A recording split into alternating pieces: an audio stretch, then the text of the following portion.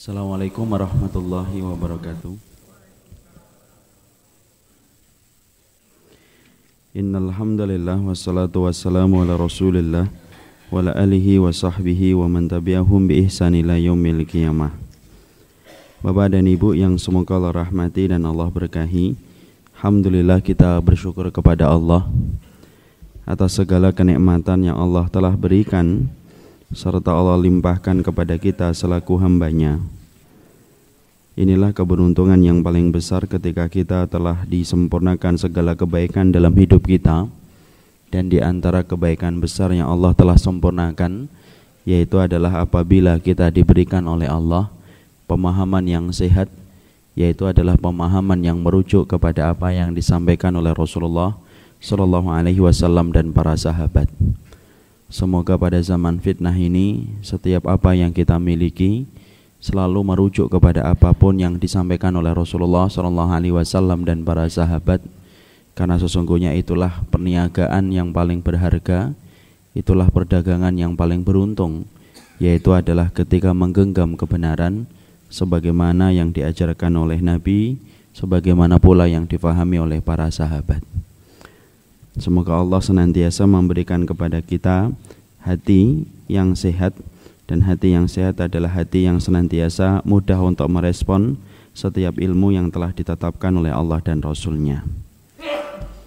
Jamaah yang semoga Allah rahmati dan Allah berkahi, sesungguhnya di antara doa indah yang diajarkan oleh Rasulullah SAW itu ada begitu banyak dan begitu berlimpah. Tetapi di antara doa yang diajarkan oleh Rasulullah SAW, yaitu adalah ketika beliau meminta kepada Allah dan memohon kepada Allah 3 cinta, yaitu ketika beliau mengatakan di dalam doanya yang diriwayatkan dari jalurnya Imam Ahmad.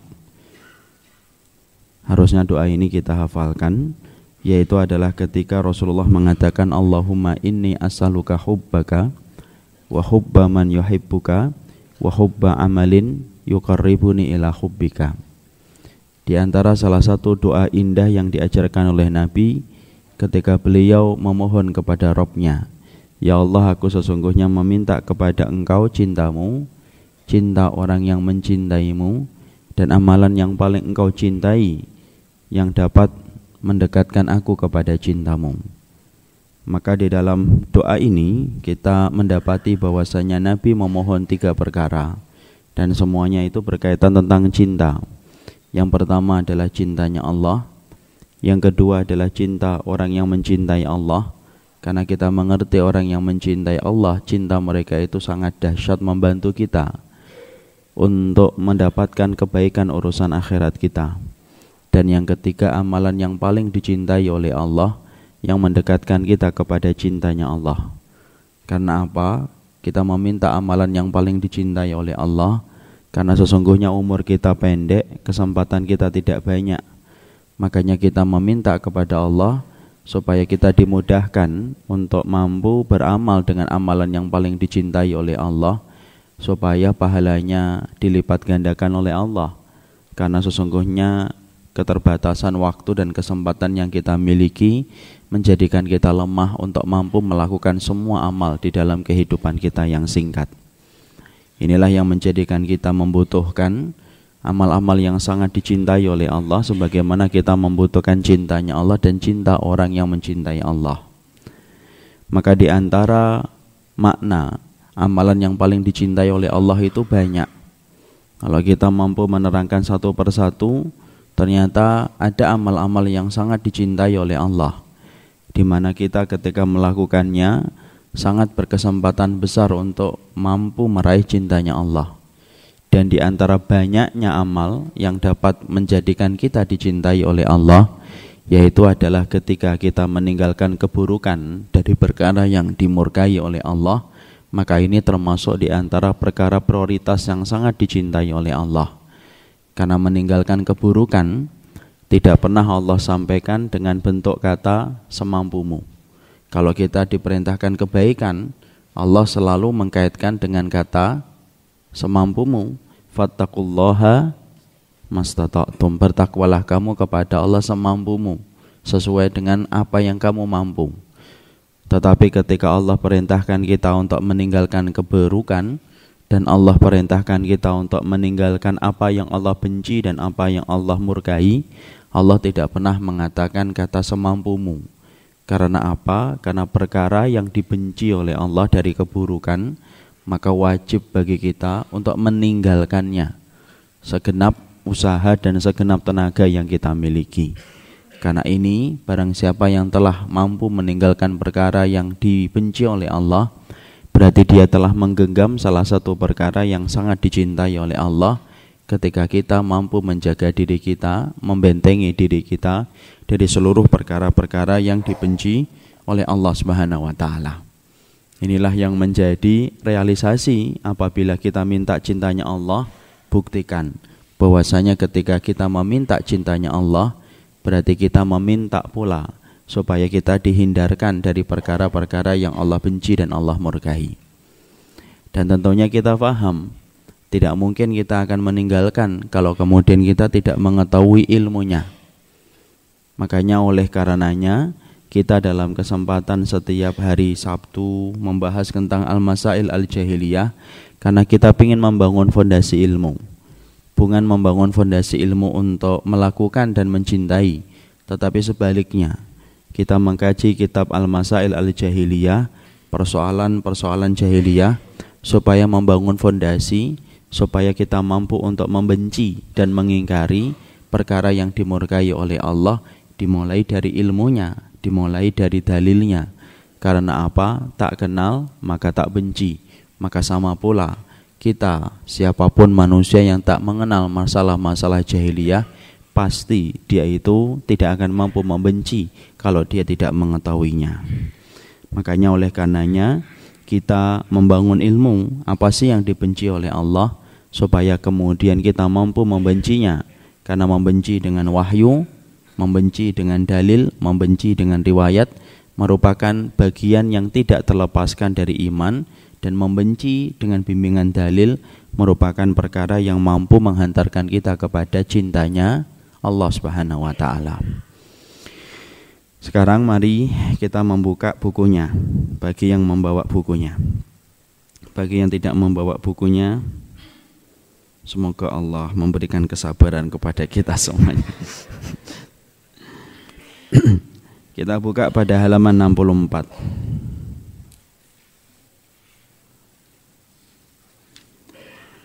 Pada 64 kita akan membahas tentang masalah ke-13. Persoalan yang termasuk di antara gaya kehidupan dan gaya berpikirnya orang yang dimurkai oleh Allah.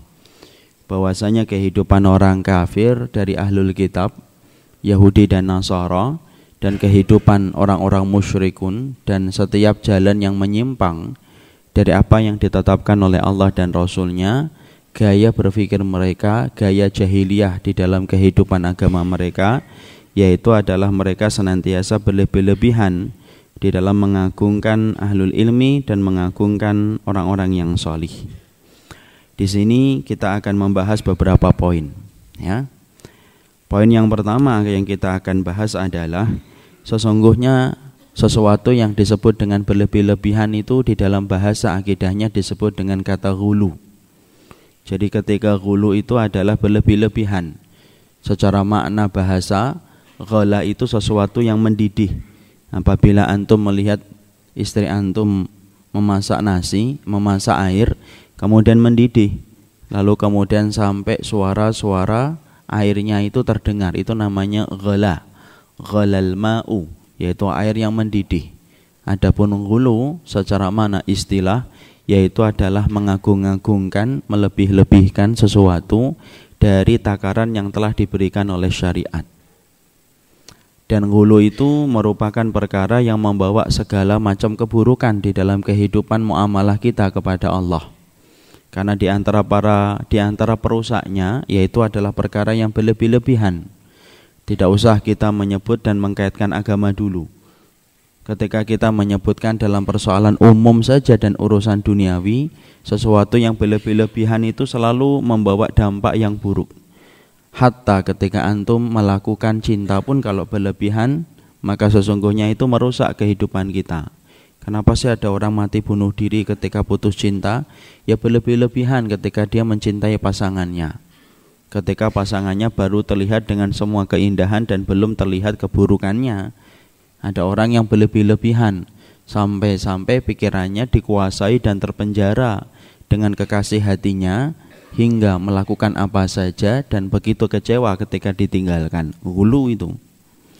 Bahkan dalam persoalan duniawi yang lainnya, sampai kita ketika minum obat pun yang sifatnya mengobati diri kita, maka sesungguhnya ketika kita melakukannya tidak sesuai dengan dosis takaran yang telah ditetapkan para dokter yang mempunyai keahlian untuk meracik obat dengan izin Allah, ketika kita tidak sesuai dengan standarnya, maka itu hulu dan itu juga merusak.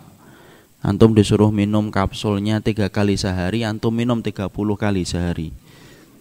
Kita bisa bayangkan insyaallah apa yang terjadi, walaupun itu dalam keadaan bentuk secara umum. Apapun itu, apabila kita sudah menyebut kata hulu, belum kita mengkaitkan ini di dalam masalah agama, tetapi baru menyebutkan di dalam masalah umum saja, kita sepakat bahwasanya sesuatu yang sifatnya berlebihan itu akan merusak dan tidak membawa kecuali adalah dampak keburukan. Makanya saya masih ingat betul, ada salah satu ustadz yang salih insyaallah dan beliau telah meninggal dunia. Yaitu adalah ketika beliau senantiasa meracik bahan-bahan herbal. Ketika beliau merasa bahwasanya racikan bahan herbal itu tidak membawa efek samping. Ketika beliau betul-betul telah menceraikan dalam tanda kutip obat-obat kimiawi. Ketika beliau memiliki akses informasi dari para dokter sehingga dia tahu keburukan obat-obat kimiawi. Kemudian beliau berpijak dan bersandar kepada obat-obat herbal. Langkah yang benar insyaallah. Tapi ternyata ketika beliau meracik, banyak sekali racikan-racikan yang tidak beliau lakukan dengan bimbingan ilmu. Karena walaupun herbal pun semuanya pun ada ilmunya.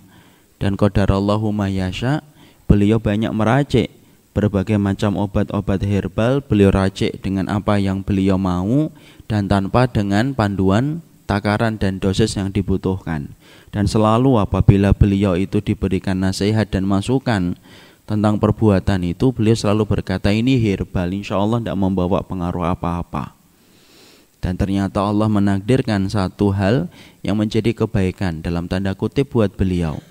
Sampai akhirnya obat-obat herbal yang beliau konsumsi secara berlebihan membentuk antibodi ke dalam jasadnya secara berlebihan pula.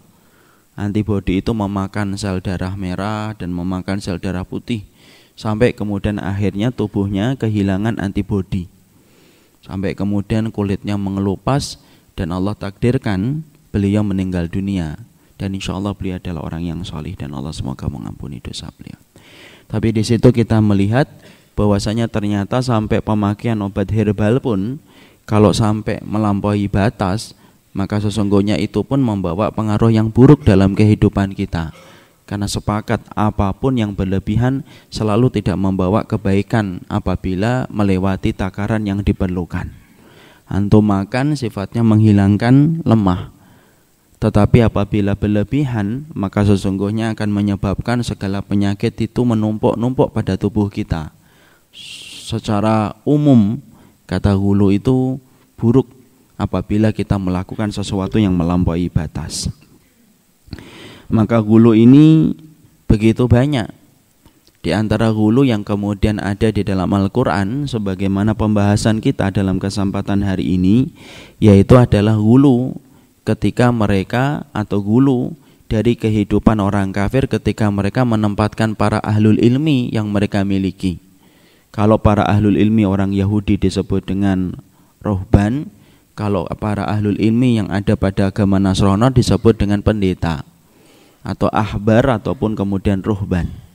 Dan sesungguhnya gaya kehidupan orang Yahudi dan gaya kehidupan orang Nasara pun rusak dalam kehidupan ibadah mereka disebabkan hulunya mereka kepada para ahlul ilmi yang mereka agungkan. Ketika para ahlul ilmi mereka tempatkan sebagai manusia-manusia yang menerjemahkan kitab Taurat, menerjemahkan kitab Injil, tetapi sampai menjadikan mereka berlebihan dalam kehidupan para pendeta mereka dan ahbar mereka. Bukan hanya mereka berlebih-lebihan ketika para pendetanya masih hidup, sampai-sampai ketika para pendeta itu sudah meninggal dunia pun mereka masih berbuat gulu, sampai mereka membangun kuburan-kuburan para pendeta-pendeta mereka, kuburan para nabi-nabi mereka, sampai kemudian mereka mengagungkan dan beribadah di sisi kuburan. Disinilah kita mendapati rusaknya orang Yahudi, rusaknya orang Nasara, yaitu adalah ketika mereka melakukan praktek gulu dalam kehidupan para ahlul ilmi mereka, baik pendeta ataupun para ruhban atau kemudian para ahbar-ahbar mereka yang menjadikan rusak kehidupan agama mereka. Allah secara jelas mengatakan bagaimana menyoroti sifat mereka, bagaimana sifat mereka ketika menempatkan para ahlul ilmi mereka itu dengan kata-kata yang sangat tegas. Bahkan Allah itu mengatakan sesungguhnya mereka menempatkan para ahlul ilmi mereka sebagaimana Tuhan-Tuhan tandingan di sisi Allah. Mari kita buka di dalam surat At-Taubah 31.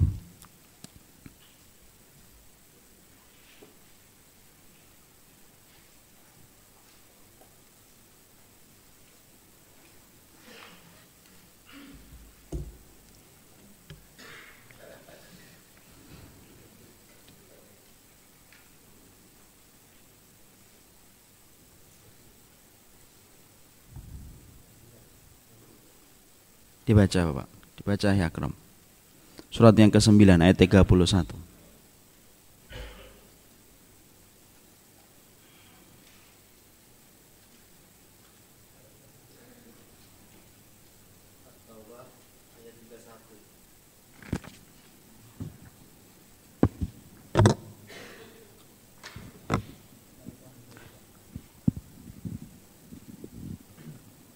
Mereka menjadikan orang-orang alim Yahudi dan rahib-rahibnya Nasrani sebagai Tuhan selain Allah, dan juga Al-Masih putra Maryam, padahal mereka hanya disuruh menyembah Tuhan yang Maha Esa, tidak ada Tuhan selain Dia.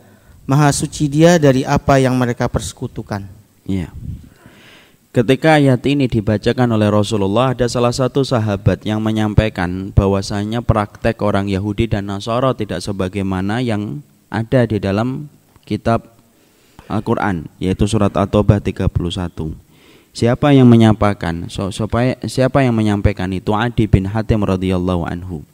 Adi bin Hatim radhiyallahu anhu kemudian berkata, "Ya Rasulullah, lasna na'buduhum." Ya Rasulullah, Allah menyebut bahwasanya orang Yahudi dan Nasara itu menjadikan para pendeta dan para ahbar itu tandingan di sisi Allah, Tuhan. Disebut dan kata arbab. Ya. Di situ kemudian disebutkan dengan bahwasanya para pendeta itu ditempatkan menjadi Tuhan tandingan yang menandingi Allah di dalam kekuasaannya. Maka Adi bin Hatim kemudian berkata kepada Allah, berkata kepada Nabi, "Lasna na'buduhum ya Rasulullah." Kami tidak pernah menyembah kepada para pendeta dan kami tidak pernah menyembah kepada rohib ya Rasulullah. Karena kemudian yang difahami oleh Adi bin Hatim yang namanya menyembah itu ya sebagaimana ketika orang Quraisy musyrikun menyembah Lata, Uzza, Manat. Betul-betul menyembah secara ritual makna, secara ritual fisik yang dilihat olehnya. Kami tidak pernah nyembah. Maaf ya Rasulullah, kami tidak pernah nyembah. Lasna na'buduhum. Kita tidak pernah sama sekali nyembah kepada pendeta. Rasulullah kemudian menjawab Adi bin Hatim radhiyallahu anhu bahwasanya yang namanya menyembah itu, wahai Adi bin Hatim, bukankah kalian kalau mendapati para pendeta kalian mengatakan halal, maka kalian pasti halalkan, walaupun dalam kitab Taurat dan Injil Allah mengatakan itu haram? Maka kemudian Adi bin Hatim mengatakan, "Bala ya Rasulullah." Betul ya Rasulullah. Memang kalau kami dapati semua pendeta itu sudah ngomong sesuatu, ketika mengatakan halal kami akan halalkan, walaupun dalam kitab Taurat dan Injil mengatakan haram. Nabi kemudian melanjutkan, dan apabila pendeta dan ruhban-ruhban kalian atau ahbar kalian itu mengatakan haram, kalian akan katakan haram walaupun kemudian Allah menerangkan dalam kitab Taurat dan Injil itu adalah haram. Kemudian Adi bin Hatim berkata, "Bala, betul ya Rasulullah." Maka Nabi mengatakan, "Fatilka ibadatuhum." Itu loh ibadah mereka ketika berbuat syirik kepada Allah, menempatkan makhluk yang mereka sangka ahlul ilmi menerjemahkan kitab Taurat dan kitab Injil, tetapi berani sampai meninggalkan apa yang Allah katakan dalam kitab Taurat dan Injil hanya disebabkan gulunya mereka kepada para ahlul ilmi menurut versi mereka, sampai mengalahkan kebenaran yang ditetapkan oleh kitab Taurat dan Injil. Di sini kita paham berarti gulu yang hari ini tersebar di tubuhnya kaum muslimin itu cikal bakalnya, benihnya itu dimulai dari kehidupan orang Yahudi dan Nasara. Ketika mereka menempatkan para pendeta-pendeta mereka pada satu tempat dan satu makom, melebihi tempat dan makom yang telah diberikan oleh Allah, rusak kehidupan agama mereka sampai kita mendoakan keburukan kepada mereka 17 kali dalam sehari itu ya. Salah satunya karena gulu mereka kepada para ahlul ilmi versi mereka, yaitu pendeta dan para ahbar.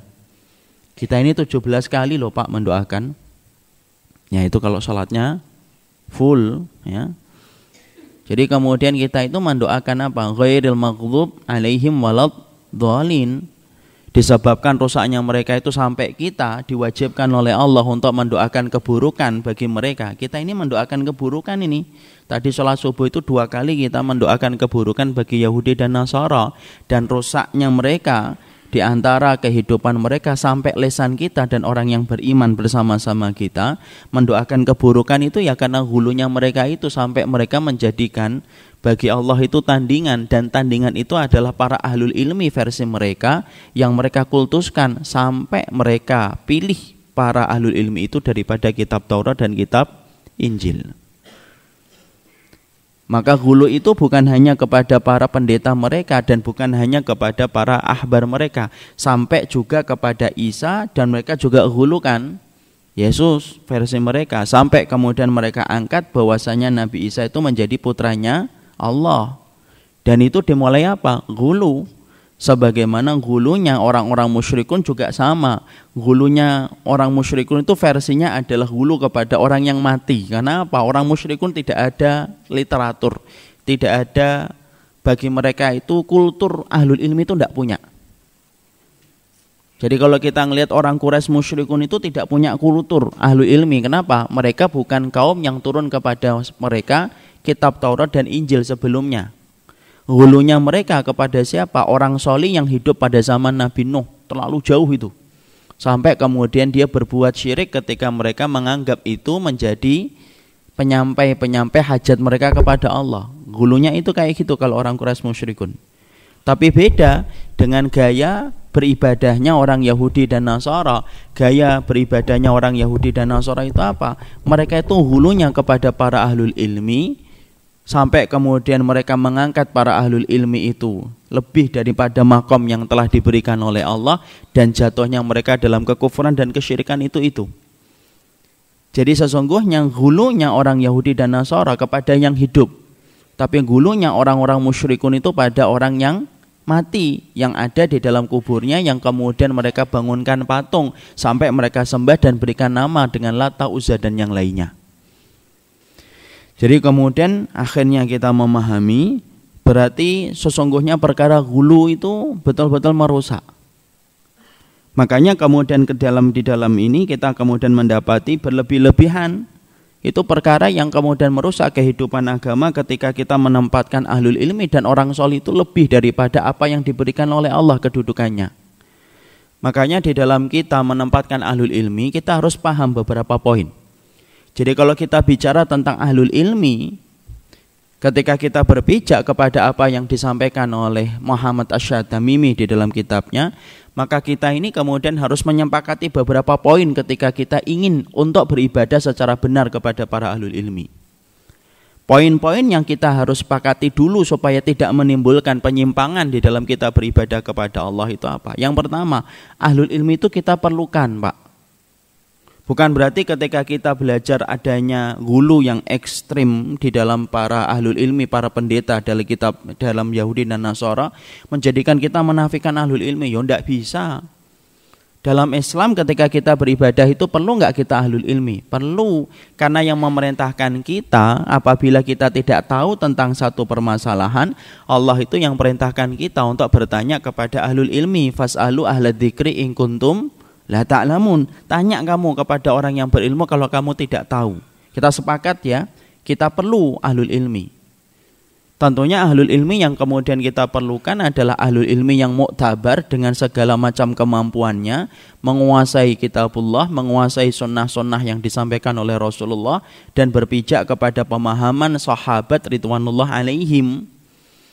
Maka itu adalah ahlul ilmi yang kita perlukan. Kenapa? Kebodohan kita ini harus disembuhkan. Dan tidak ada penawar dari kebodohan kita kecuali adalah obat yang diracik oleh para ahlul ilmi ketika mereka itu mengerti apa yang luput dari mata kita dan otak kita.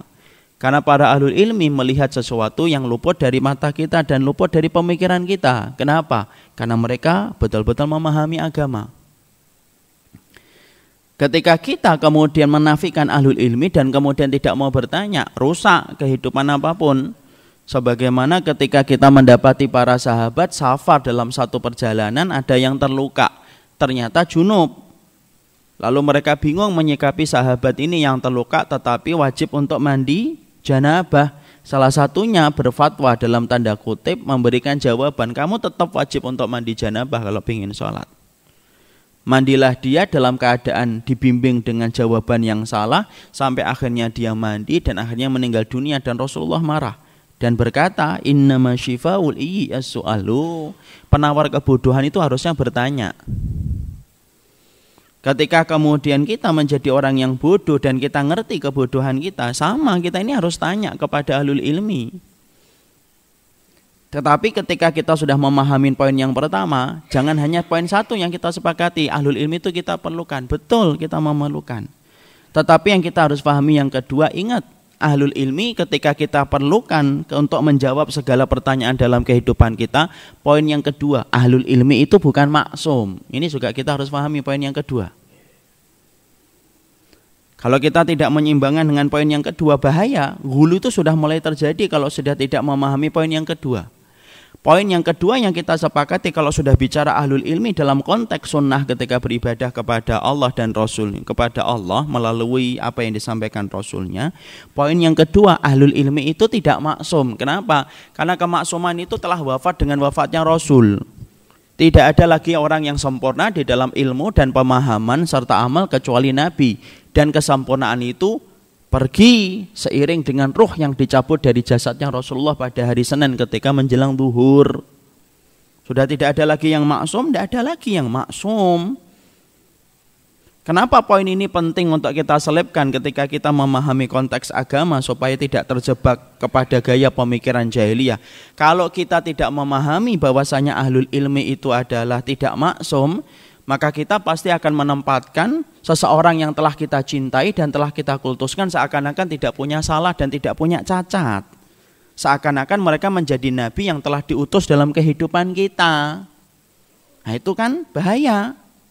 Berarti ngulang kembali kesalahan yang pernah terjadi kepada orang Yahudi dan Nasara. Padahal ahlul ilmi wajib bagi kita untuk kemudian mengikutinya atas kebodohan kita. Tapi ingat, garis bawahi itu dengan merah, tinta merah. Sesungguhnya para ahlul ilmi itu bukanlah maksum. Karena apa? Karena sesungguhnya kesempurnaan telah wafat dengan wafatnya Nabi. Semua ahlul ilmi punya kemungkinan untuk benar dan punya kemungkinan untuk salah. Sampai Rasul pun sudah mengabarkan itu. Makanya Nabi sampai kemudian berkata, idza istahadal mustahidani fa in asaba falahu ajran fa in akhta'a falahu ajr.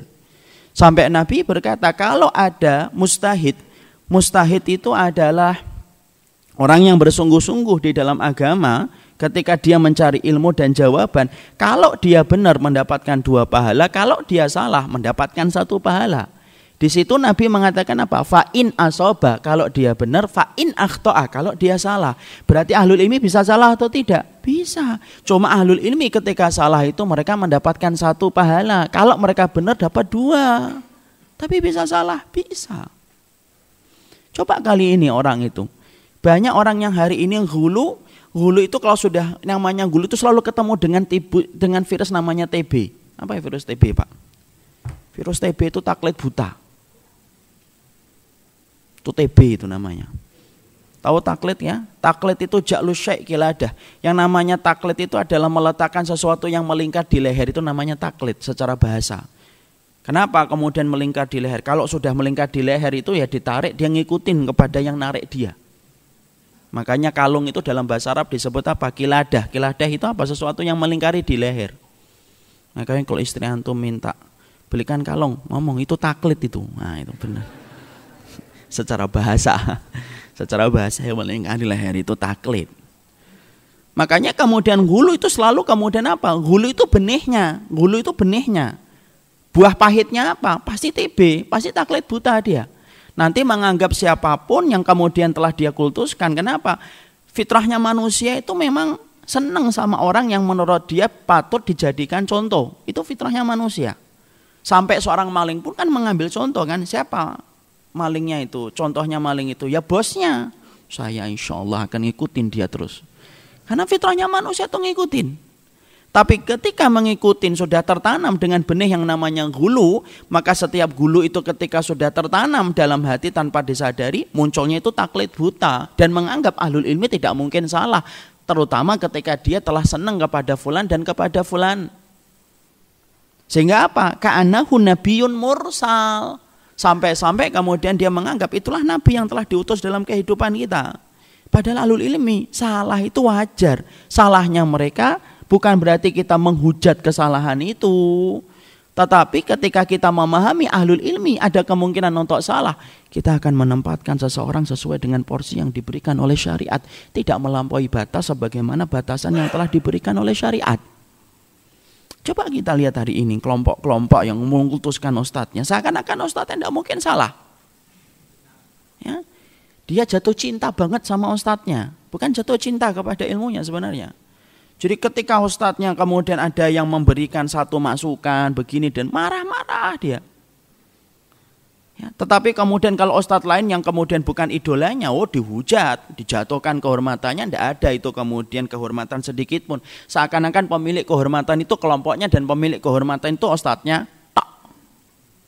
Tidak ada yang lain.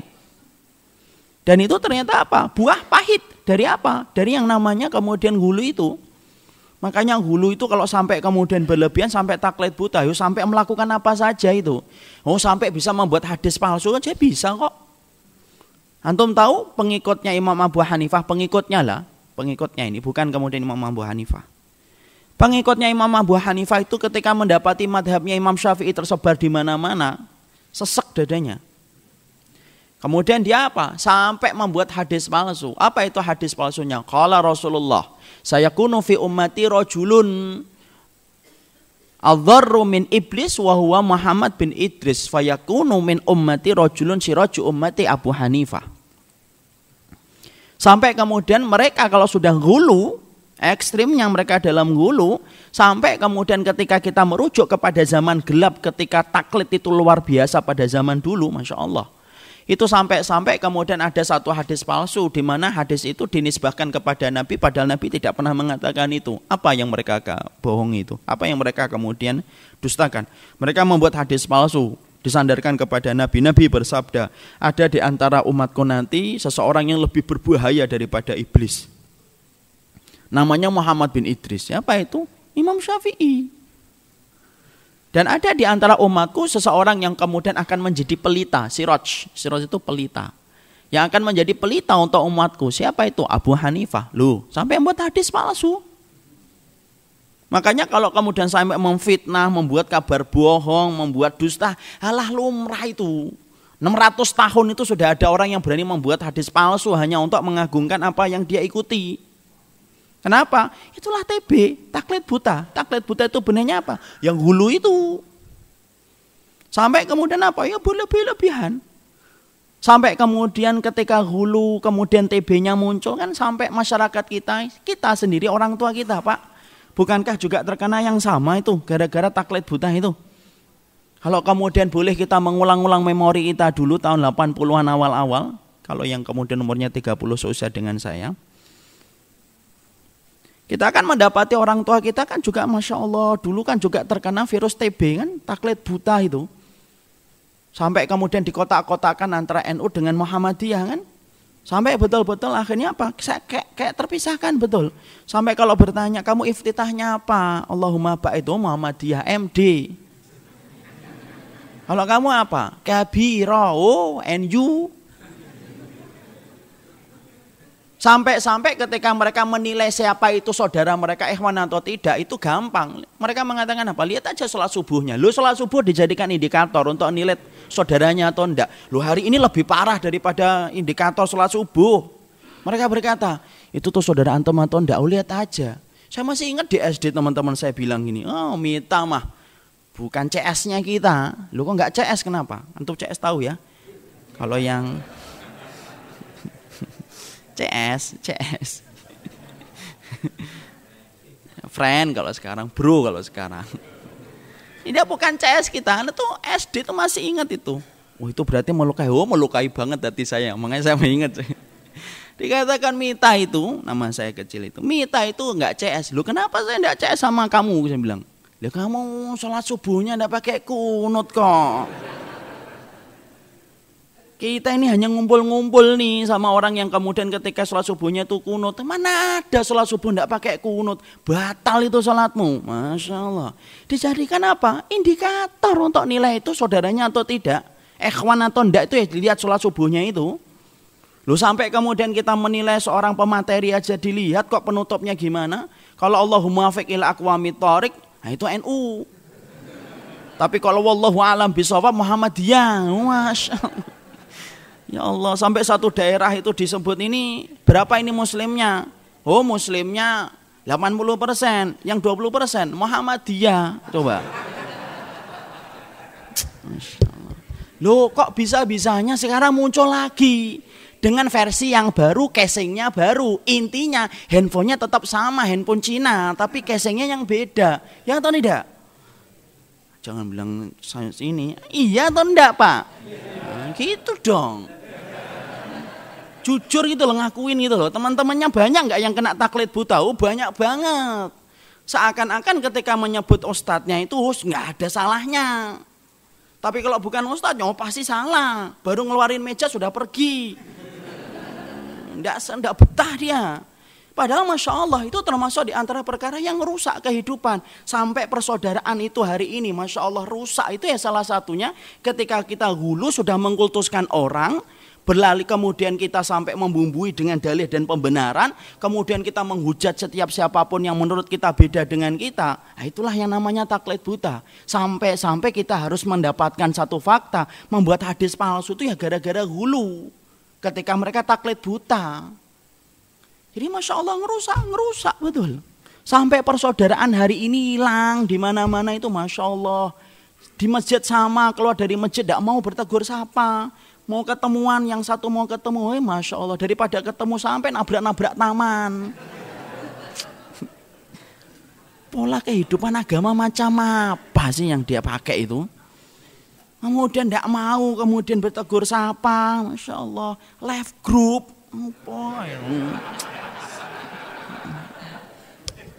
Oh belajar ilmu, belajar untuk left group. Belajar untuk lapang dada gitu loh, melihat sesuatu itu. Nah usah gitulah, enggak bukan kayak gitu. Dan itu kemudian kita pahami apa? Yang kita pahami akhirnya apa? Munculnya banyak kerusakan itu kayak gitu. Kenapa sih kita tidak bisa menjadi hamba Allah yang bersaudara? Para ahlul ilmi itu punya kesempatan untuk salah. Sebagaimana kita juga, ustadz kita juga punya kesempatan untuk salah. Tidak perlu jatuh cinta berlebihan kepada ustadz. Jatuh cintalah kepada ilmu. Dan ketika kita telah jatuh cinta kepada ilmu, kesempurnaan ilmu itu hanya Rasulullah yang memiliki. Para sahabat aja salah kok. Ada yang salah atau tidak? Ada yang salah. Secara global para sahabat itu adalah kaum yang telah diridhoi oleh Allah. Tetapi secara personal para sahabat itu melakukan kesalahan. Ada yang berzina kayak Ma'is bin Malik. Ada yang kemudian peminum khamr, kayak kemudian Abu Mihjan. Kenapa? Secara personal mereka tetap bahwasanya mereka bukan maksum. Karena yang maksum itu hanya satu, Rasulullah SAW. Tidak boleh. Kalau sahabat yang menyaksikan Quran diturunkan dan sunnah ketika diajarkan saja, ternyata kemudian itu bukan maksum bagi mereka, apalagi kita, apalagi ahlul ilmi kita. Makanya sampai-sampai diterangkan oleh para ulama, ketika kamu memahami ahlul ilmi, pahami ahlul ilmi itu mereka juga bukan seorang nabi. Mereka tetap orang yang bersungguh-sungguh dalam agama, tetapi punya kesempatan kadang-kadang mereka melakukan kesalahan. Ingat loh ya, bukan berarti kalau punya kesalahan kemudian kita hujat. Kenapa? Darahnya ulama itu beracun, jangan dimakan. Dan tentunya kita juga harus paham yang namanya ulama itu banyak. Bukan hanya 1 dan 2, para ulama itu banyak tersebar. Makanya kemudian poin yang kedua yang kita pahami itu apa? Yang kedua yang kita pahami, ahlul ilmi ketika kita perlukan di dalam menapak pemahaman kita, supaya pemahaman kita betul-betul berbasiskan dengan ilmu, bukan berarti ahlul ilmi itu maksum. Mana ahlul ilmi itu kadang melakukan kesalahan. Yang ketiga yang kita harus pahami pula poinnya supaya kita terbebas dari ini, yaitu adalah ketika kita memahami para ahlul ilmi bahwasanya mereka maksum, para ahlul ilmi juga berbeda pendapat. Para ahlul ilmi berbeda pendapat atau enggak? Beda, Pak. Para ahlul ilmi itu berbeda pendapat. Enggak usah nyebut para ahlul ilmi deh, para sahabat. Sehebat-hebatnya ahlul ilmi hari ini tidak akan pernah mampu mengalahkan kedudukan ilmunya para sahabat. Loh, para sahabat aja mereka berbeda pendapat kan? Sahabat Muawiyah berbeda nggak pendapatnya dengan sahabat Ali? Berbeda kok. Ketika kemudian menanggapi peristiwa terbunuhnya sahabat Utsman bin Affan radhiyallahu anhu, berbeda kan? Sahabat Muawiyah pengennya langsung diselesaikan, sahabat Ali mengatakan menunggu waktu dulu keadaan ini. Sahabat Muawiyah dengan sahabat Ali berbeda pendapat. Sampai kita mendapati pula para sahabat dalam masalah-masalah yang lebih kecil pun kadang-kadang mereka berbeda pendapat. Saya kan pernah sampaikan di sini, Pak. Apa yang pernah ditulis oleh Imam Sun'ani dalam kitabnya. Beliau itu berkata, "Fakana sahabatu idza kanu fi safari yasumuna ba'dhum wa yuftiruna ba'dhum, yajma'una ba'dhum wa yusalluna ba'dhum wa la yu'ibu ba'dhum ba'dha." Sampai-sampai Imam Sun'ani itu berkata ketika mengomentari para sahabat. Beliau berkata, para sahabat itu hatta sampai-sampai dalam urusan safar, itu mereka itu sebagian sholat secara sempurna, sebagian itu kalau sholatnya itu kalau dalam safar mereka itu sempurna dan sebagian itu menjamak. Sebagian itu mereka ketika safar, ketika bulan puasa, sebagian itu makan, sebagian itu tetap puasa. Tapi kata Imam Sun'ani apa? Tidak ada satupun di antara mereka itu yang saling memberikan cacat dan aib. Jadi ahlul ilmi ada nggak berbeda? Ada yang berbeda. Imam Malik berbeda kan? Dengan kemudian Imam Ahmad bin Hambal, contohnya dalam apa? Masalah kunut. Kemudian pengikutnya Imam Ahmad bin Hambal dalam beberapa riwayat berbeda dengan kemudian pengikutnya Imam Syafi'i dalam masalah apa? Contoh dalam salat tasbih kan berbeda. Artinya Imam Malik ketika berbeda dengan Imam Syafi'i itu dalam Imam Ahmad itu dalam masalah apa? Kunut subuh. Walaupun kewajiban kita adalah mengambil pendapat yang paling kuat. Tetapi tolong ketika kita merujuk kepada ahlul ilmi supaya tidak terjebak kepada taklid buta, kita harus paham para ahlul ilmi itu kadang-kadang berbeda. Dan jangan gampang-gampang mengeluarkan salah satunya dari rel kebenaran hanya karena salah satunya berbeda dengan pilihan kita ketika menetapkan dalil. Kita kan sudah tahu kan, Rasulullah menyampaikan satu hadis kan, la yusalliyanna ahadukum al-asra'ila fi Bani Quraidah. Ini sering saya ulangi hadis ini. Jangan sekali-kali sholat kecuali kalian sudah sampai di Bani Quraidah. Ya kan? Para sahabat jalan gitu mau asar mau habis belum sampai di Bani Quraidah. Sebagian sholat asar di perjalanan, sebagian sholat asar di Bani Quraidah di waktu malam. Lihat para sahabat. Hadisnya satu loh itu. Dohir hadisnya gimana? Jangan sekali-kali sholat. Kenapa? Nabi sampai memberikan nun taukid, la yusalliyanna. Itu jangan sekali-kali kamu sholat al-asra, kecuali kemudian sholat asar illa fi Bani Quraidah, kecuali di Bani Quraidah. Itu kan jelas. Tapi sebagian sahabat tidak sholat asar di Bani Quraidah. Kenapa? Waktu asar mau habis. Sebagian para sahabat sholat asar di apa? Dohirnya gitu hadisnya. Sudah kita ngamalin apa yang nampak dari hadis itu. Karena perintahnya Nabi jelas, sholat asarnya di Bani Quraidah. Walaupun mereka melakukan itu di waktu sholat asar itu habis. Tapi lihat para sahabat apakah mereka pecah ketika mereka Bani Quraidah? Enggak. Yang sholat asar di perjalanan ngambil kiri ya. Yang sholat asarnya di waktu malam ambil kanan. Yo. Ya. Ini menyimpang dari apa yang diperintahkan oleh Rasulullah ini. Sudah diperintahin sholat asalnya berikut kok di tengah-tengah perjalanan sholat. Ada nggak yang komentar kayak gitu? Nggak ada itu, Pak. Ada nggak yang mengeluarkan sebagian dari mereka, kalian itu menyimpang dari Rasulullah? Enggak. Yang sholat asar di perjalanan kemudian yang nggak mau sholat tetap nunggu. Dan ketika kemudian yang mereka bareng-bareng di Bani Quraidah, mereka nggak nyalain, sholat asar kok di waktu malam. Nggak ada yang ngomong kayak gitu. Lihat kan akhlak, ya atau tidak? Adab. Di situ kita mendapati Masya Allah. Sampai mereka begitu indahnya, falamma roja'u. Ketika mereka balik ke Madinah, mereka menyampaikan kepada Nabi tentang apa yang mereka lakukan. Dan Nabi tidak mengambil dan tidak menerangkan apapun. Walaupun kemudian Ahlu Sunnah berkata, siapa yang lebih dekat kepada kebenaran? Orang yang sholat asar di perjalanan. Kenapa? Sholat itu telah ditentukan waktunya. Maksudnya perkataan Nabi supaya orang yang jalan ke Bani Quraidah itu cepat. Tapi lihat Nabi menyalahkan salah satu di antara mereka? Enggak. Dan mereka saling pecah ketika dalam perjalanan itu? Enggak. Coba kira-kira kalau kemudian hari ini dibawa zaman hari ini. Masya Allah. Mungkin kemudian disikot ya. Jangan deket-deket sama kita. Karena kamu itu beda. Kamu ini dengan pilihannya. Masya Allah. Disitulah ma'rufnya. Berarti kita mendapati para ahlul ilmi itu kadang berbeda. Imam Malik itu betul-betul beliau mengatakan sunnah kunut subuh itu. Sebagaimana Imam Syafi'i. Tapi imam yang kemudian tidak kemudian mensahihkan hadisnya itu siapa? Imam Ahmad dan kemudian Imam Abu Hanifah. Loh dua-dua loh Pak. Ini kalau kita menurut versinya anak-anak. Ini dua-dua ini. Milih yang mana ini seimbang? Kalau saya memilih pendapat yang terkuat bahwasanya kunut subuh itu tidak perlu dilakukan karena itu sebenarnya takwil dari kunut nazilah. Tapi apakah kita langsung kemudian menyesatkan orang yang kunut subuh ketika mereka juga berpijak kepada ahlul ilmi yang muktabar dan muktamad di dalam akidah Ahlussunnah wal Jamaah? Kan tidak segampang itu. Ada nggak yang berani mengatakan sahabat Muawiyah itu keluar dari sunnah? Padahal dia memerangi Ali bin Abi Thalib loh. Ada nggak yang komentar gitu? Siapapun yang berani komentar sahabat Muawiyah keluar dari sunnah berhadapan dengan ana dan kemudian teman-teman ana. Ana mencela para sahabat tidak boleh. Tapi saat itu sahabat Muawiyah berperang dengan sahabat Ali. Ada nggak yang berani mengatakan sahabat Ali keluar dari sunnah ketika memerangi sahabat Muawiyah? Tidak ada itu. Dan kemudian mereka berperang itu berperang dengan istihad. Apa itu berperang? Berperang dengan ilmu. Kalau kita sudah mendengar kata istihad bahwasanya perang antara sahabat Ali dengan sahabat Muawiyah itu ya perang ilmu. Walaupun moga-moga itu tidak menimpa ke kita insyaallah. Tilka ummatun qad khalat laha ma kasabat walakum ma kasabtum. Itu adalah umat yang telah lalu, bagi mereka apa yang mereka lakukan dan bagi kita apa yang kita kerjakan. Tapi di situ kita ngambil pelajarannya itu apa? Masya Allah. Yang dinamakan ahlul ilmi bukan berarti ahlul ilmi itu tidak berbeda pendapat. Kenapa sih susah banget untuk mengatakan ahlul ilmi itu berbeda pendapat kok? Susah ya hari ini tuh. Seakan ahlul ilmi itu tidak boleh berbeda. Ya.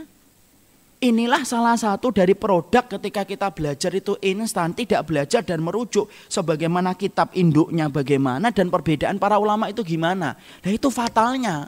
Akhirnya apa? Setiap kita mendapati perbedaan kita selalu sikapi hitam dan putih.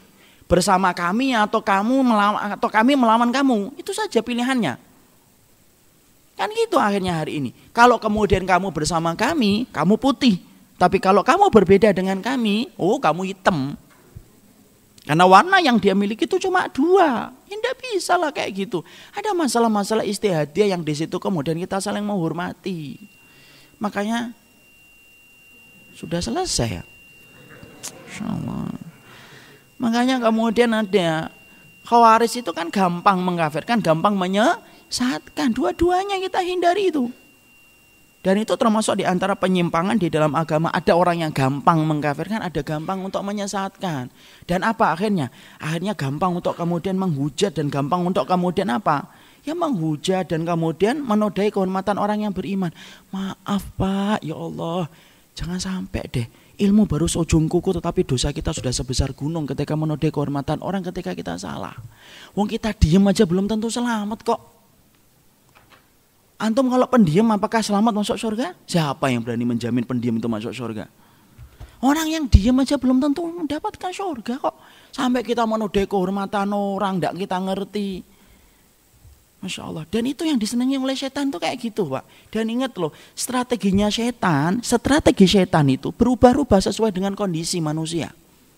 Saya ambilkan dari asarnya Sa'id bin Musayyib. Beliau berkata gini, setan itu kalau mendapati dua anak manusia, laki-laki dan perempuan sebelum menikah, strateginya setan itu apa? Sama laki-laki dan perempuan ketika belum menikah, dibuat indah. Diberikan bumbu supaya setiap pertemuan itu tampak indah. Makanya orang yang pacaran dalam tanda kutip 6 jam aja terasa 6 menit. Ya, Masya Allah. Yang ketawa itu merasakan dulu. Tapi sudah lama banget ya udah berlalu. 3 jam kayak 3 menit kan itu. Sampai kemudian mereka sering berkata apa? Kotoran aja terasa coklat. Sampai mereka mengatakan ndak apa-apa, ndak punya pekerjaan sepiring berdua. Masya Allah. Ndak punya rumah nggak apa-apa, ngontrak 3 kali 3 sudah cukup bagiku. Masya Allah. Kenapa? Setan yang memberikan bumbu. Makanya tampak indah kan, dibumbui supaya apa yang kemudian kurang itu tampak indah. Itu setan. Sama anak laki-laki dan perempuan ketika belum nikah. Tapi kemudian ketika sudah nikah, strateginya setan tetap sama atau enggak? Enggak lah, dirubahlah strateginya. Sudah nikah nih, 6 menit terasa 6 jam. Yang ketawa itu perih semuanya. Asalnya 6 menit akhirnya kayak 6 jam, 3 menit kayak 3 jam. Masya Allah, semuanya tampak buruk, semuanya tampak kurang. Sampai orang Jawa bilangnya kriwikan jadi grojokan, yang kecil-kecil jadi besar. Kenapa sih semuanya itu dulu ketika belum nikah kok semuanya tampak indah? Bahkan ngoroknya saja insya Allah nikmat dengernya itu. Ketika cerewetnya itu kayak radio online gitu ya. Ketika sudah nikah Masya Allah cerewetnya itu kayak radio rusak bener. Kenapa berbeda? Kata Sa'id bin Musayyib, karena kemudian dia sudah nikah, strateginya setan berubah. Yang asalnya indah dibuat buruk dua-duanya. Kenapa sih? Ya supaya bisa berpisah kan gitu. Itu sama Pak, kalau kemudian kita ini proses kita dalam mencari ilmu juga gitu. Dulu sebelum kita ini mencari ilmu, belum tersentuh dengan kajian, setan itu godain kita itu apa sih? Karaoke, dangdutan, campur laki perempuan, niup lilin. Kemudian apa lagi itu? Konser tunggal, organ tunggal. Hanya itu saja kita digodain itu. Kenapa? Karena saat itu kita belum ngerti ilmunya.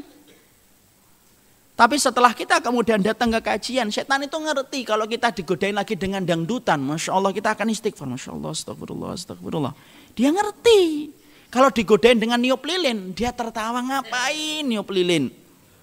Kalau kemudian digodain lagi dengan kemudian konser organ tunggal, enggak mau dia.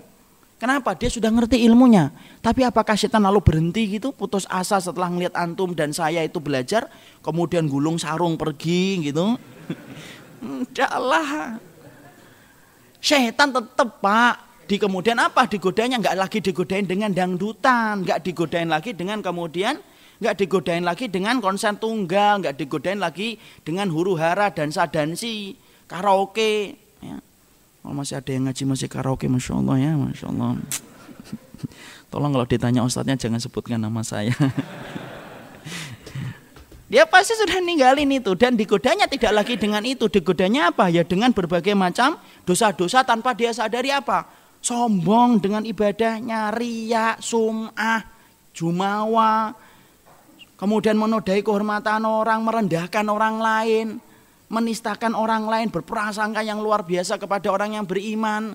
Itu, di situ setan itu akan godain kita ketika kita sudah duduk di majelis ilmu. Loh sampai Imam Ibnu Qayyim saja berkata, yang mengherankan bagiku adalah ada orang yang menjaga dirinya dari zina, minuman khamr, tapi tidak mampu menjaga dirinya dari perbuatan-perbuatan ketika dia menghujat dan menodai kehormatan orang yang beriman. Yang ngomong siapa?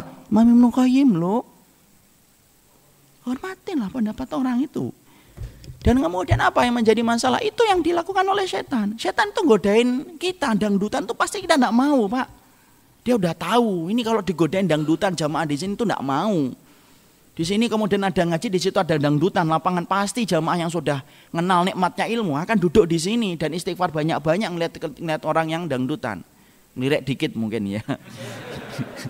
Tapi dia tidak mau lah.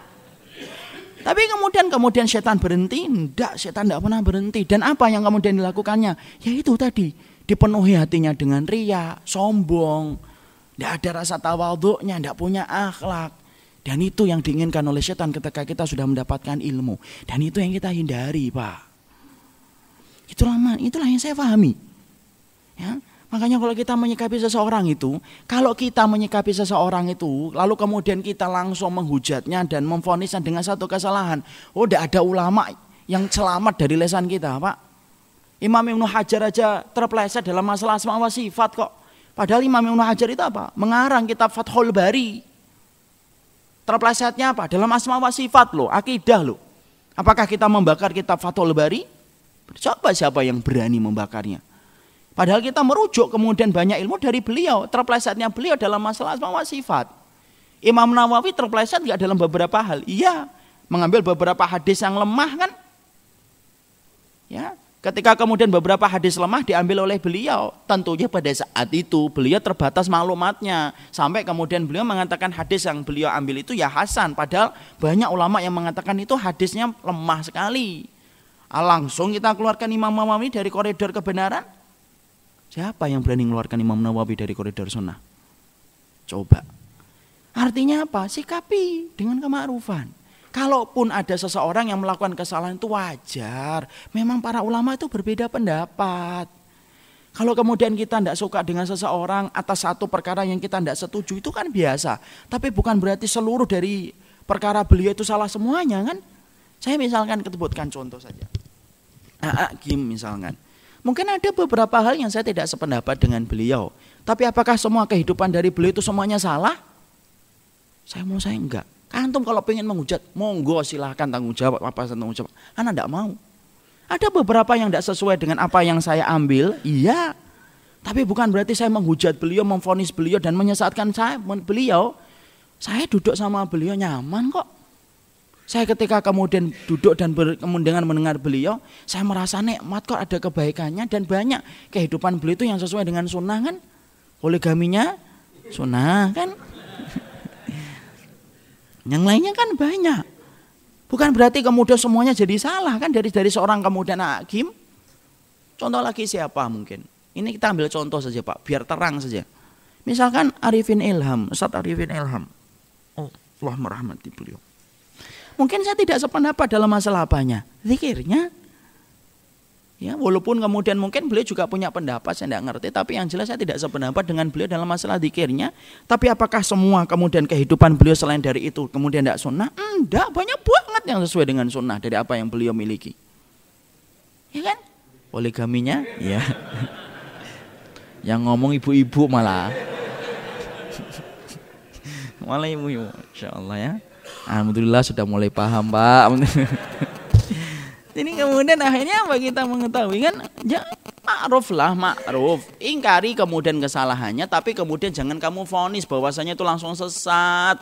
Kamu hujat kehormatannya, kamu nodai kehormatannya di grup, kamu hujat kehormatannya di banyak sosial media, di majelis-majelis ghibah yang antum selenggarakan. Gak kayak gitu deh. Majelis ghibah atau enggak kalau ngomongin orang Pak? Iyalah, kok gak mau disebut majelis ghibah? Ya, enggak gitu. Saya misalkan sama Ustaz Batian Nasir, mungkin enggak saya mendapat dalam beberapa hal. Tapi apakah saya sesatkan semua dari kehidupan beliau? Enggak lah. Saya tetap nyaman kok. Ketika kita bicara masalah surya, beliau memberikan khidmah, memberikan bantuan. Beliau kemudian memikirkan bagaimana yang di sana itu mampu untuk makan. Difikirkan bantuan apa yang dibawa. Insya Allah kita ini memenangkan agama Allah itu tidak mungkin sendiri Pak. Musuh kita ini berlapis-lapis dan mereka bersungguh-sungguh untuk menghancurkan kita. 24 jam mereka itu hidup untuk kemudian menghancurkan kita. Ya, mereka kemudian mendatangkan peluru, datang dari Rusia ke Suriah, membangun BBC, NBC semuanya hanya untuk memadamkan cahaya Allah itu. Seakan-akan masuk neraka itu susah banget. Kita yang kemudian masuk surga santai, bertengkar satu dengan yang lainnya. Seakan-akan masuk surga itu murah banget dan gampang banget. Kan bukan kayak gitu. Kita itu ingin membawa agama ini kepada tempat yang indah. Bukan membawa kelompok kita kan. Bukan membawa golongan kita. Jadi kemudian akhirnya apa? Jangan berlebih-lebihan. Makanya yang ketiga yang kita sepakati kalau bicara ini, kalau sudah bicara ahlul ilmi bukan berarti ahlul ilmi itu tidak berbeda pendapat. Jadi para ahlul ilmi berbeda pendapat, Ustaz? Iya, berbeda pendapat. Makanya ketika kita kemudian menempatkan ahlul ilmi, maka kemudian supaya kita tidak terkena sebagaimana penyakit jahiliyah itu gimana? Hormati ahlul ilmi sesama sesuai dengan kitabullah dan sunnah. Kemudian hormati terjadi perbedaan di antara ahlul ilmi. Kalau kita tidak paham, diam, itu lebih selamat. Lalu kemudian ketika kita mengikuti ahlul ilmi wajib atau tidak wajib hukumnya ketika kita bodoh untuk mengikuti ahlul ilmi. Tapi yang tadi saya katakan, ahlul ilmi bukan maksum dan ahlul ilmi bukan berarti tidak berbeda pendapat. Satu dengan yang lainnya kadang berbeda pendapat. Ahlul ilmi banyak atau tidak? Banyak, ahlul ilmi itu banyak. Bukan hanya satu dan dua. Dan kemudian kewajiban kita merujuk kepada para ahlul ilmi kalau mereka memiliki sifat-sifat yang telah ditetapkan oleh kitabullah. Nah, maka di sini diterangkan pada halaman ke-65. Kita buka halaman 65. Maka berlebih-lebihan dapat mengantarkan pelakunya kepada kesyirikan. Maka dari itu Rasulullah SAW bersabda, la tatruni kama itra'atin nasara ibna Maryam. Innama ana abdun faqulu Abdullah wa rasuluhu. Sampai-sampai kemudian diriwayatkan oleh Imam Bukhari, jangan kalian tuh berlebih-lebihan dalam mengagungkanku sebagaimana orang Nasara mengagungkan anak Maryam. Maka sesungguhnya aku adalah hambanya Allah dan Rasulnya Allah. Nabi itu nafikan betul gulu itu. Makanya sampai-sampai beliau itu pernah dalam satu riwayat, saya lupa perawinya siapa tapi sahih, kemudian ketika para sahabat melihat Nabi baru datang, kemudian mereka berdiri. Mereka kemudian apa? Rasulullah mengatakan, ijlisu, duduk kalian. Tidak usah berdiri. Tidak ada yang melakukan itu kecuali adalah orang-orang kafir. Itu cara Nabi untuk menghindarkan dari perkara gulu. Dan betul-betul kita menjaga apa? Kemungkinan terjadinya gulu dalam kehidupan agama kita. Makanya sampai kita mencintai Nabi pun tidak boleh berlebihan, Pak. Tetap di bawah koridor kita mencintai Allah. Jadi mencintai Nabi di bawah koridor kita mencintai Allah. Makanya sampai kita mendapati kan tulisan para ahlul ilmi, kalau kita menempatkan tulisan Allah dan Muhammad saja kan tidak boleh disejajarkan kan? Kenapa? Khawatir kita gulu kepada Nabi sampai mensejajarkan antara tulisan Allah dan Muhammad. Jadi kalau kita kemudian ada kayak gitu, Allahnya lebih tinggi daripada tulisan Muhammad. Di sini tidak ada. Jadi kalau ada ya saya kasih tahu habis ini. Tidak boleh kita samakan itu. Tapi sebenarnya kalau kaligrafi itu ya sebenarnya Al-Quran itu dibaca dan diamalkan, bukan menjadi hiasan. Walaupun kemudian tidak boleh disalahkan orang yang kemudian masih kayak gitu. Jadi kemudian disitulah kita memahami sampai Rasulullah kemudian menghindari perkara gulu. Ya. Dan perkara gulu bukan hanya kepada Nabi, perkara gulu juga dalam ibadah juga tidak boleh. Makanya gulu dalam ibadah itu tidak boleh. Sampai kemudian tidak mau nikah, sampai kemudian puasa terus tidak mau berbuka, sampai kemudian tidak menjamak istrinya, itu gulu di dalam ibadah. Dan gulu dalam ibadah pun tidak boleh. Gulu dalam ibadah aja tidak boleh, Pak, Masya Allah. Makanya Allah itu tidak menyukai orang yang berlebih-lebihan. Orang Khawarij itu berlebih-lebihan. Di dalam apa? Keimanannya dia mengkafir-kafirkan, menyesat-nyesatkan. Berlebih-lebihan. Maka sama pula dengan orang Murji'ah. Murji'ah juga berlebih-lebihan ketika menolak adanya pengkafiran. Ahlussunnah itu di tengah-tengah. Apapun yang berlebih-lebihan itu merusak. Dalam ibadah pun sama, tidak usah berlebih-lebihan. Ya, artinya kemudian gulu itu tidak boleh. Ya seimbang, diberikan semua pada haknya. Makan ya makan, ketika iftar ya iftar, ketika kemudian ada waktunya untuk menikah ya menikah, itu yang benar, bukan kemudian berlebih-lebihan. Karena apa? Sesuatu tidaklah seseorang itu berlebih-lebihan di dalam agama kecuali pasti akan dikalahkan dengan cara dia beragama semacam itu. Makanya pernah ada satu kejadian nyata, seorang ustaz cerita ada seorang akhwat berlebih-lebihan ketika kemudian sampai luar biasa. Apa yang terjadi? Tidak lama, Pak. Ya moga-moga tidak menimpa kita. Dan Allah merahmati beliau dan memberikan hidayah kembali kepada beliau. Apa yang terjadi ketika sampai berlebih-lebihan? Sampai semua masalah itu berlebih-lebihan. Akhirnya apa? Tidak kuat dengan tata cara dia beragama. Akhirnya apa? Malah lepas.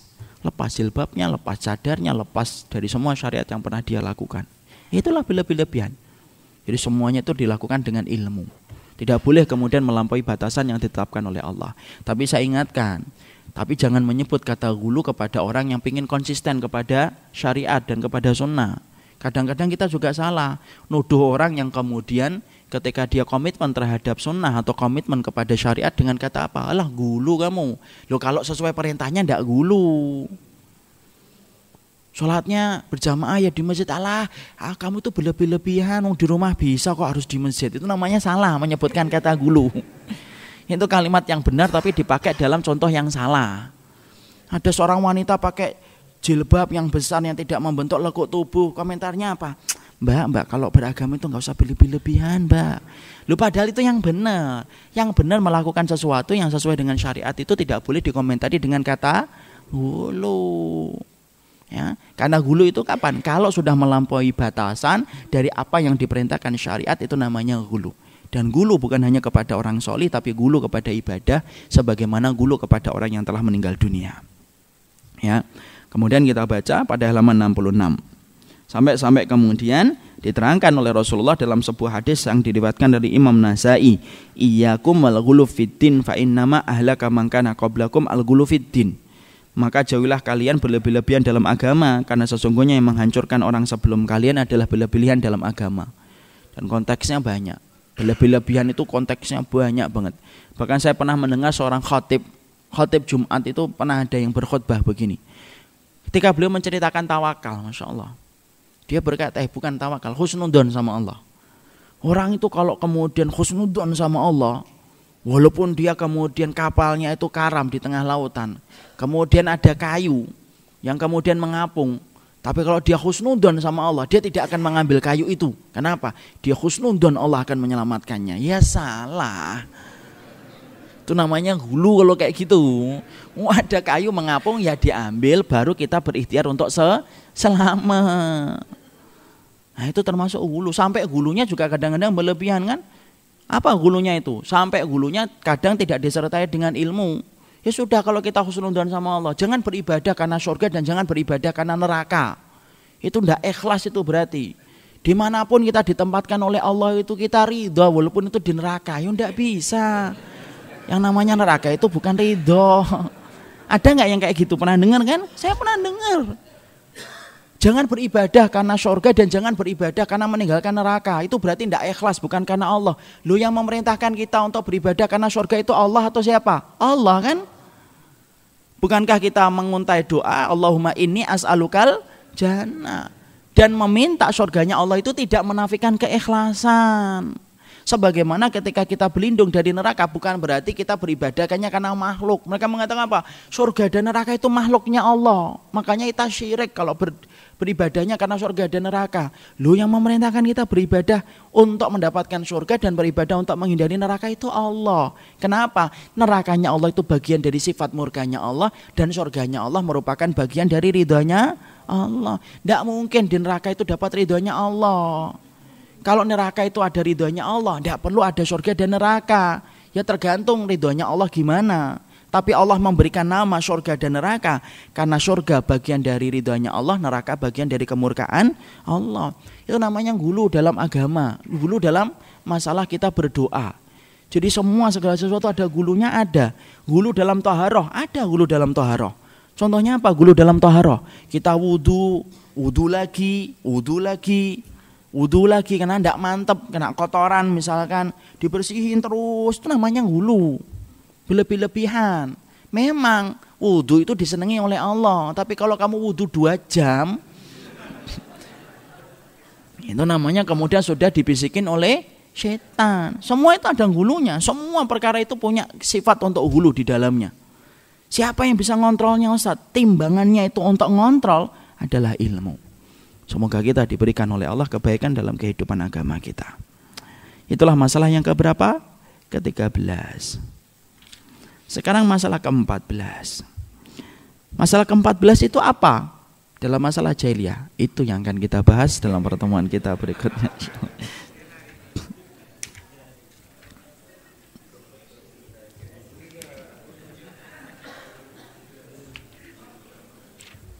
Ya, 67.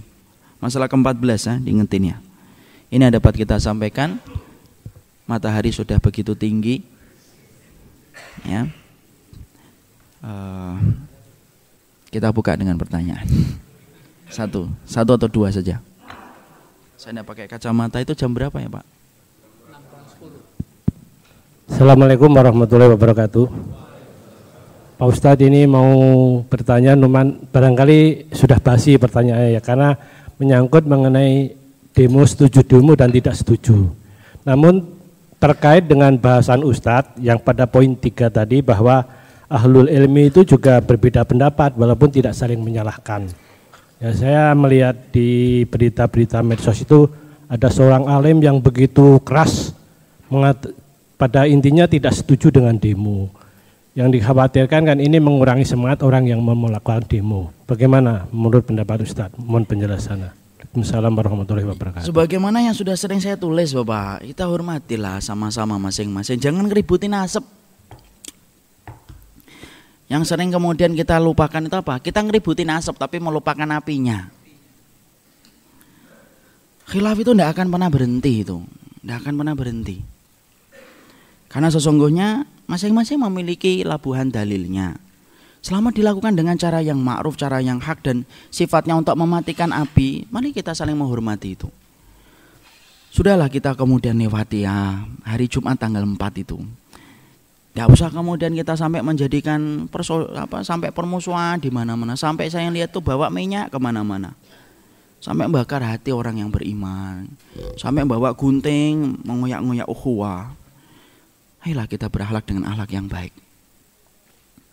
Karena sesungguhnya akhlak itulah yang menjadi penghias dalam kehidupan kita. Bukan berarti bahwasanya kita sepakat ya, apapun yang merusak itu tidak boleh. Tapi kalau kemudian sifatnya adalah untuk membela Islam dan tidak merusak, terperhatikan masalah-masalah syar'inya, maka sesungguhnya saya setuju dengan apa yang disampaikan salah satu saat ini. Aksi adalah syiar untuk kemudian menegakkan kembali izzahnya Al-Quran dan kaum muslimin.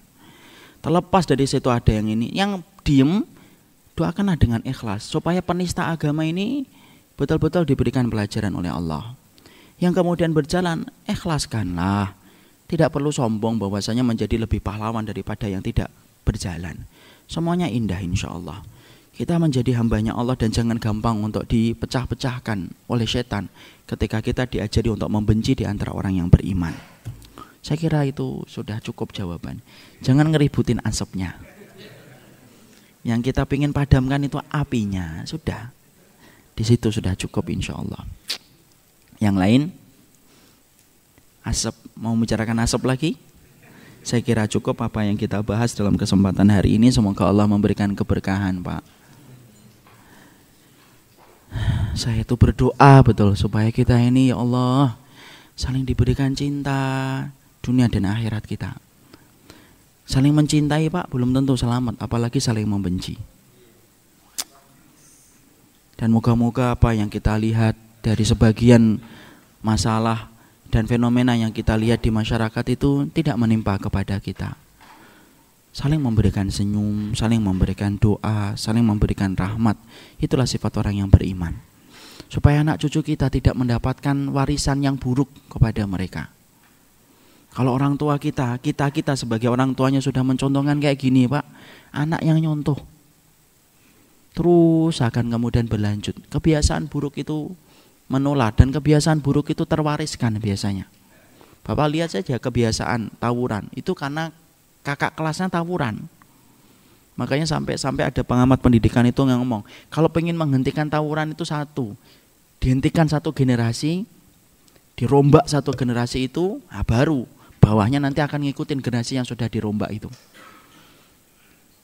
Ala kulli hal kita kemudian juga belajar, janganlah kita mewariskan sesuatu yang buruk sampai anak kita nanti membenci Pak. Mungkin kalau hari ini masih membenci baru kemudian menghujat di tempat-tempat terbatas. Tapi siapa yang akan kemudian menjamin anak cucu kita kemudian hanya terbatas? Bisa jadi loh Pak, sama satu jamaah gini anak-anak kita nanti saling membunuh itu. Ketika orang tuanya itu tidak ngajarin bagaimana akhlak yang baik ketika kita meniti jalan kebenaran. Jangan sampai orang kafir itu selamat dari lisan kita, tapi orang mukmin itu tidak selamat dari lisan kita. Mana ada orang kafir selamat dari lisan kita, kemudian orang mukmin itu tidak ada yang selamat dari lisan kita. Makanya kemudian tidak perlu terjadi. Ini yang dapat kita sampaikan. Maka semoga Allah memberkahi atas apa yang kita pelajari. Subhanakallahumma wa bihamdika asyhadu an la ilaha illa anta astaghfiruka wa atubu ilaik. Assalamualaikum warahmatullahi wabarakatuh.